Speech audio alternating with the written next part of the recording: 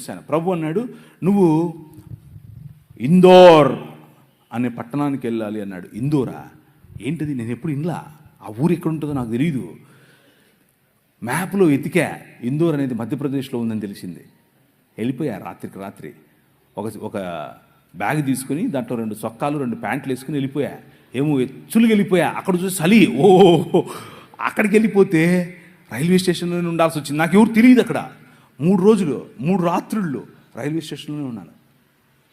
Railway స్టేషన్లోనే ఉండి సువార్త పరిచర్య చేస్తూ ఉంటే మోకాళ్ళ మీద ప్రార్థన చేశాను. ప్రవ్వా ఏంటి, తుమ్ జాతా హై మై ఆతా హై, ఇంతే వచ్చు, నాకు అంతమించేం రాదు.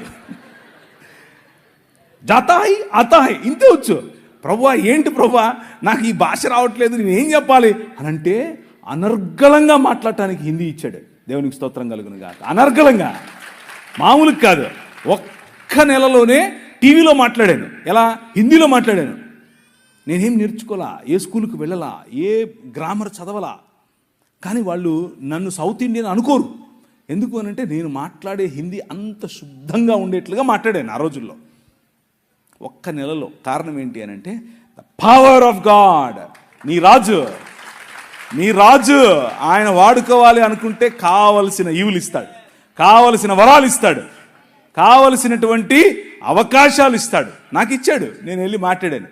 అక్కడ కలిసాను నా భార్యను. అందుకు చెప్పాను, ఇది ఇంకేదో దాని కాదు. అక్కడ ఏంటి, ఫుల్ చక్కెర వేసారేంటి? నేను చక్కెర తాగను, హనీ. ఓకే. అక్కడ నేను పనిచేసేటటువంటి, అంటే నేను ఏ సంఘంలో అయితే వెళ్ళానో ఆ సంఘం పాస్టర్ గారు అమ్మ లడ్డులాగా దొరికాడు అనుకున్నాడో ఏమో తెలియదు, కానీ వాళ్ళ కూతురునిచ్చి పెళ్లి చేశాడు.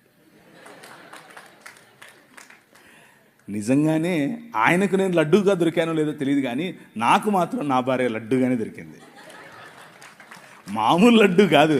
ఇప్పుడు నేను చేసే పరిచర్య, మీకు కనిపించే పరిచర్య, నేను చేసే పరిచర్యల్లో ఒక 10వ వంతు మాత్రమే.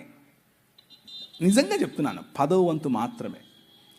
చర్చ్ ప్లాంటింగ్ కానివ్వండి, రోడ్డు మీద పడుండే వాళ్ళని తీసుకొచ్చుకోవడం కానివ్వండి, పిల్లలను పెంచడం కానివ్వండి, డిసైపుల్షిప్ ట్రైనింగ్ కానివ్వండి, బైబిల్ కాలేజెస్ కానివ్వండి, బిజినెస్ యాడ్మిషన్ అనే పరిచర్య కానివ్వండి, వ్యాపారాలు స్థాపించే పరిచర్య కానివ్వండి, పొలిటీషియన్స్గా ప్రజలను రిలీజ్ చేసే పరిచర్య కానివ్వండి, ఇలాంటి పరిచర్యలు, అనేకమైన పరిచర్యల్లో నా భార్య నా ముందు నాకు వెనక్కుండి నడిపిస్తాయి. మామూలు కాదు. నేను తల, కానీ ఆమె మెడ. ఆమె ఊగినట్టే మనం ఊగాలి, ఏం ఆప్షన్ లేదు.